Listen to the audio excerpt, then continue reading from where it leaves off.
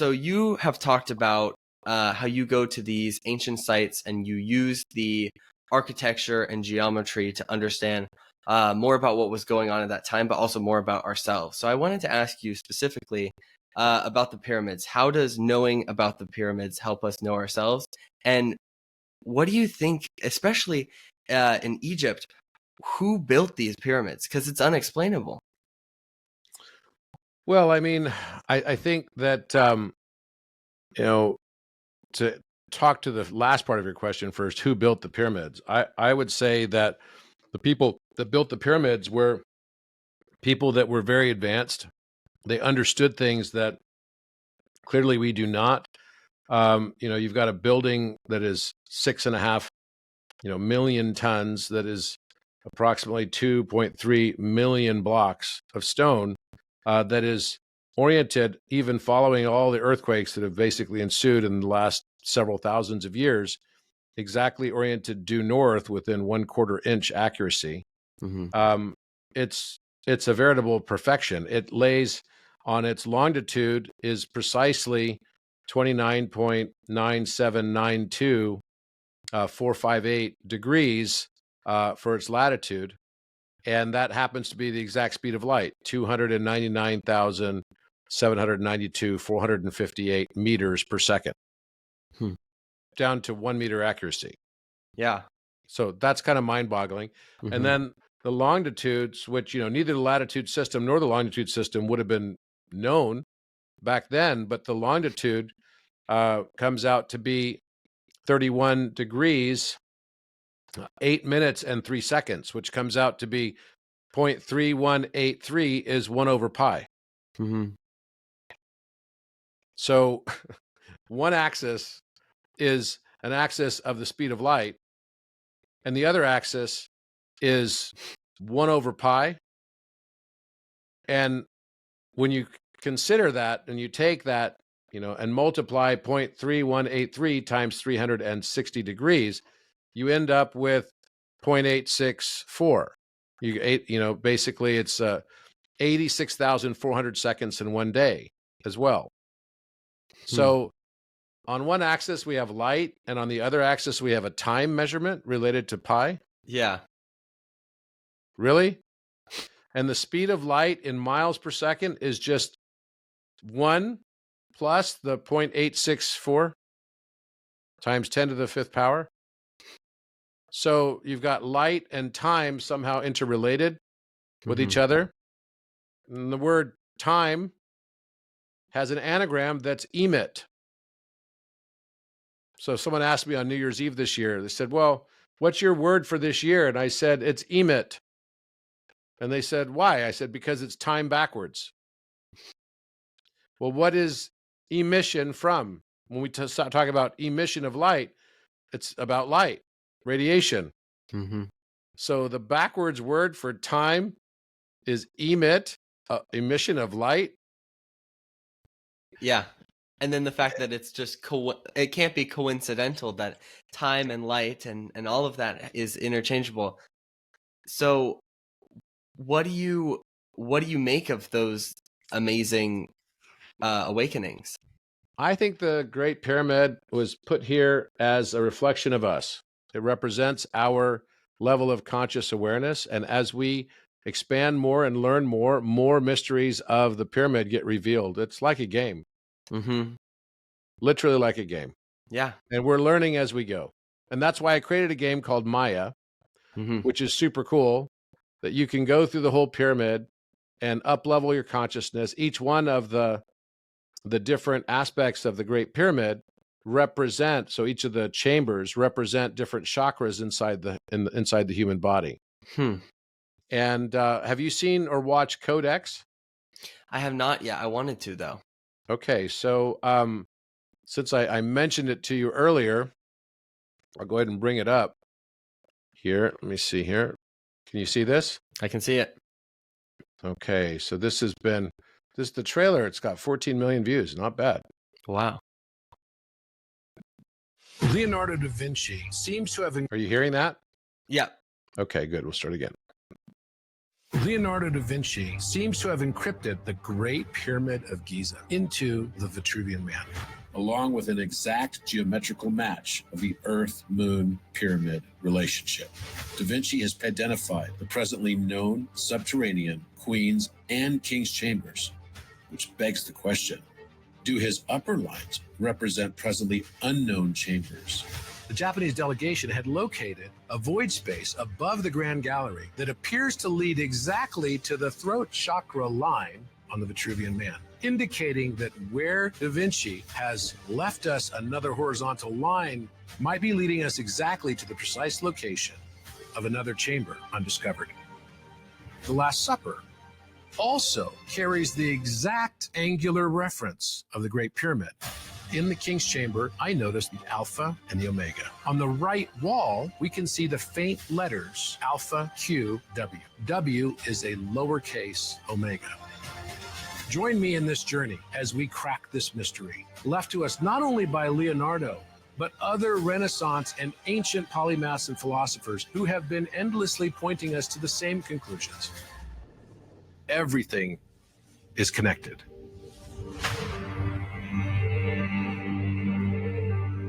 Wow. Yeah, what'd you think? I love it. It's amazing. I'm definitely gonna watch it.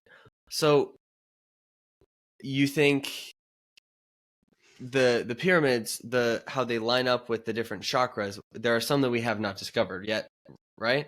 Mm-hmm. So what does that mean? I mean, what do you do with that information? Well, I mean, think about it. We're going through a global throat chakra activation right now. Mm-hmm. That's why we're seeing the truth and hearing the truth and being confronted by it. It's been like kind of a brutal experience on many levels. Mm-hmm. And as a result, they're now discovering the location of the throat chakra chamber inside the Great Pyramid. Mm. So as we raise consciousness, then the other chambers that are missing that have chakra points, like the sex chakra is missing inside the Great Pyramid, it'd be at the ground level. Mm-hmm. There must be a chamber there. Mm-hmm. And there must also be a chamber in the pineal gland area. And those are where there are lines on Da Vinci's Vitruvian Man. Mm-hmm. So therefore, those start appearing now. As we awaken these aspects of ourselves up, does the pyramid start to reveal more of itself to us in our consciousness? Mm-hmm. Yeah. So it goes along with where we are as mankind. It's we discover what is in the pyramid as we discover what is within ourselves. That's right. Yeah. We're remembering who we are and why we're here and what our purpose is. Yeah. That's exactly what this is. Yeah. Wow. That's amazing. Pretty epic, I think. Yeah. Yeah. Something that has been a principle that has really helped me for my view of life and my view of struggle within this life has been the process of alchemy. Mm-hmm. For those who don't know what alchemy is, what is it, and how can we use that wisdom in our everyday lives? You know, alchemy comes from the Egyptian reference, al, which can mean El or God, right? El or Al. It's also from the first letter of the Hebrew alphabet and the Arabic, alphabets as well, which would be Aleph, which means bull. Mm-hmm. So Al means bull or God. And then Chem is the ancient name of Egypt. So Chem meant soil, right? And historically, it was a dark soil because they had the power of the River Nile that was feeding into what was an otherwise very dry land, even then. Mm-hmm. So this became the name of many of the alchemical mystery schools. So the Egyptian mystery schools were teaching in the land of Kemet, the land of Egypt, they were teaching this God magic, as it were. Mm-hmm. And alchemy then became the precursor to chemistry. Mm-hmm. So we went from alchemy to chemistry, astrology to astronomy. So each of the different areas of learning that we have in university are directly tied back to more esoteric teachings that they were born out of. Right. And in the context of alchemy, it was really about finding yourself and learning how to transmute your experiences of negativity into experiences of pure gold, positivity. Yeah. So, and the way that that can be done, and I'm a sculptor, so I like to do it with metallurgy, right? There's a certain aspect of it, but that's just allegorical. It's just it's just more of a metaphor for what we are doing within ourselves. Because as above, so below, as without, so within, and vice versa. Yeah. So the things that we're working on the outside are the things also that are happening with us on the inside. Just like the pyramid is a reflection of our own consciousness. Wow. So therefore, you start to realize that, okay, maybe this is all a metaphor for my negative and difficult experiences in life. And how do I take full advantage of that? Such that it's no longer about this negativity, but rather maybe I chose all of this for my highest and best benefit. That the universe, in fact, wasn't happening to me, but rather happening for me. And here's my opportunity to really learn and become more divine and more wise. Yeah. Just as the one universal source is doing the same. So what it represents is being able to see and recognize that when bad things happen to you, it's not that it happened to you, but rather it's what you chose. So then you start to ask yourself, not why did someone hurt me this way, but rather, why did I choose this? It's personal empowerment and recognizing the role that you've played in all of it, even from before the time you were here. Because, as I said earlier, destiny is merely the free will of the higher self. You chose it. You decided to experience this life and experience these exact experiences in this avatar with the unique set of strengths and unique set of weaknesses. And it would never make sense to create a game where you had all of your powers resident to you and all of your memories. The only game that would ever make sense would be the game where you block off your ability to tap into your powers and that they have to be unlocked so that you can have some of those powers back again. And as you do so, it's every day a new level of God realization and remembrance of who you are. Yeah. Wow. I mean, this viewpoint on life of every day is working on leveling up, and I'm going to discover this about me, and I'm going to discover that I can do this, and how I interact with the inverse of me is really amazing. I love that. Totally. Yeah. No, absolutely. I want to ask you, so for me, I feel like it's hard for me to experience or I guess understand the divine experientially, but hard for me to not hard for me to understand the divine intellectually. How do you experience the divine? And for people like that who feel like they maybe understand it intellectually, they understand the concept of it, but the experience, the subjective experience doesn't necessarily happen. Yeah, I would say my experience with the divine is in three parts. And I would say it is in the logos, it's in the pathos, and it's in the ethos. So logos, pathos, and ethos would be the three sides of an equilateral triangle. And for me, it starts with the logos. So there is some beauty and power to the pattern of the recognition of the pattern of this universe. And when I dove deeply into the mathematics, I could see the connection of all that is and how it all worked mathematically and how I'm creating this universe with my thoughts at some level that I'm not entirely fully grasping, but it's there. Yeah. And the number of synchronicities you experience is a good indicator of how far along you are in the path. Right? There are two types of people that believe in miracles and those that don't at all. Well, I'd rather be the former, because the former will experience miracles, whereas the people that don't believe in them at all will never experience miracles. Because even when they do, they'll perceive that they didn't. Yeah. Because if you think you can or you think you can't, you are right. Yeah. Period. Our beliefs become the great cage of us. Yeah. And as soon as we believe that we've been placed in this cage by somebody else, then we're in the ultimate cage Mhm. because you can do nothing about it in your conscious thought. Yeah. But the Logos allows you to start to break free and start to connect the dots and see that sometimes the things that you thought were entirely disparate in your life and totally disconnected are actually connected all the way through from the beginning. Wow.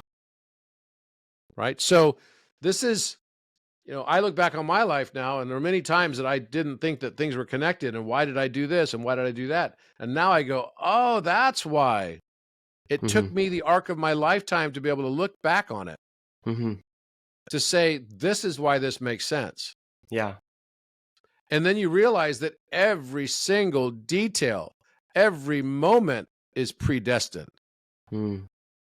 Exactly what I thought. I'm not a believer in this multiverse theory stuff, which is that there's a different universe for every decision I make. That's retarded. Sorry for those out there, but that's just a stupid concept. It makes no sense whatsoever. This is not how the universe works. Hmm. The way the universe does work is there are all dimensions of time of you happening simultaneously, including all of your incarnations, in which you are facing similar life circumstances and similar life patterns to be decoded and seen by you. And those Yeah. are all happening simultaneous to now. But in each of these lifetimes, and in all those lifetimes, there's one single arc where the past determines the future, and the future likewise determines the past. But as we raise consciousness, it doesn't only change our environment that we're living in, Mhm. it changes the past of that environment too. So imagine that everything that was in our past, maybe all the way back to Atlantis and Lemuria, what if that was all in the fifth and sixth dimensions of experience? Hmm. It would be hidden entirely to our perception Yeah. until we raise our vibration again to the fifth and sixth dimension. We would not perceive the history of it. Yeah. Now, as we raise our perspective and increase our awareness, that which was hidden because it was a higher dimension in the past now gets changed, like a Mandela effect.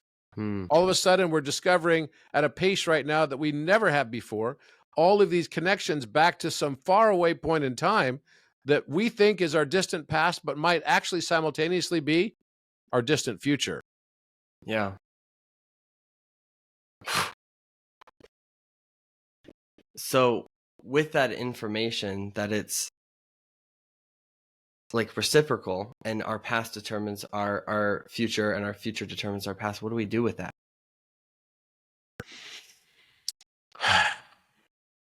What do you do with the fact that your future determines your past and your past determines your future? Yes. What do we? Just surrender to it. Yeah. Just Yeah. surrender to it. There's no need to overthink it, but this is where the pathos comes in. Mm-hmm. The reason why the one divides itself in the many is not so that it can become callous and realize that, oh, I'm just in a matrix that I made for myself. Yeah.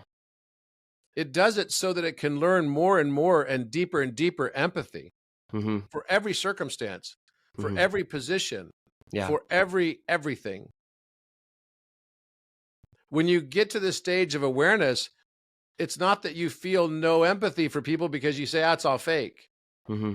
In fact, you only get to this stage when you have learned that that's the whole reason why you're here, Mm-hmm. is to learn to feel that empathy. Yeah. Yeah. That's amazing. And I love that. We're gonna wrap up here pretty soon because I know you have to go to some Mhm. other amazing, do other amazing things, and I definitely want to have you on the podcast again sometime. But these last two questions are something that I like to ask all my guests because I think Okay. they can go either way as something that's kind of shallow, a shallow question or a deep question, kind of like the first question I asked you. Mhm. So the first one is, if you could tell 18-year-old you one thing, what would you tell him? Enjoy the ride. Hmm. Just enjoy the ride. Yeah. Everything is as it should be. I say that I to didn't myself all make the any time. mistakes that I didn't intend to make and that I didn't learn from, and that was very valuable. I have nothing in my life that I would go back and change. Yeah. The second question is, what lessons has life or the divine been teaching you in this season? I think it's really taught me and is teaching me about love and emotion. I spent most of my life and career learning how to be successful in the world of materiality. Mm-hmm. Now I find myself at this nexus or this intersection between materiality and spirituality. Mm-hmm. And finding my way of balance between these two worlds is a unique and strange feeling for me. Mm-hmm. It also requires that I feel a lot more. It requires that, the stuff that I used to look at and kind of detach myself from can now leave me with a lasting feeling of pain, to be honest, Hmm. because I'm more in touch with my emotional state. I realize now as well that every feeling that I have that I suppress, I'll eventually have to go back and feel. So I might as well feel it. Mm-hmm. Life can give you a bunch of amazing experiences, and it even allows you to skip the rungs on the ladder sometimes. But in every single case, eventually you'll find you have to go back and touch that rung that you didn't touch before. Yeah. Yeah. And I it's a find. beautiful symphony if we let it be. Yeah. So the heaven and earth experience and heaven and hell experience is here, right here on earth. Mm-hmm. It's how we choose to perceive the world around us that determines our experience with it. What you put into something is what you get out of it, and it's true with earth too. Hmm. Yeah. I find with myself that if there's a lesson that I'm trying to be taught, that it's maybe you should control your temper or whatever that may be. And I decide to reject that and just kind of put it to the side and put a little sticky note over it or whatever and just not look at it. That problem's going to keep popping up. And until you level up past that problem, you'll never be free of it, and you'll never level up as a human being. Mm-hmm. Yeah. Yep. Totally right. Totally right. Yeah. So, all right. Well, thank you so much. Yeah. It's been such a pleasure to be Yeah. with you today. Thank you so much for being on the podcast. And I guess for people who are listening right now, where can people find out more about you? You can find me on my website, robertedwardgrant.com. Mhm. You can also find me on Instagram at Robert Edward Grant. I'm pretty much always on social media, and I've got Robert Edward Grant pages on pretty much all the different platforms. Awesome. And then also on Codex, my television show's on Gaia. It's also on Amazon Prime. Awesome. And you can you'll be able to see pretty soon season 2, which is full of new adventures.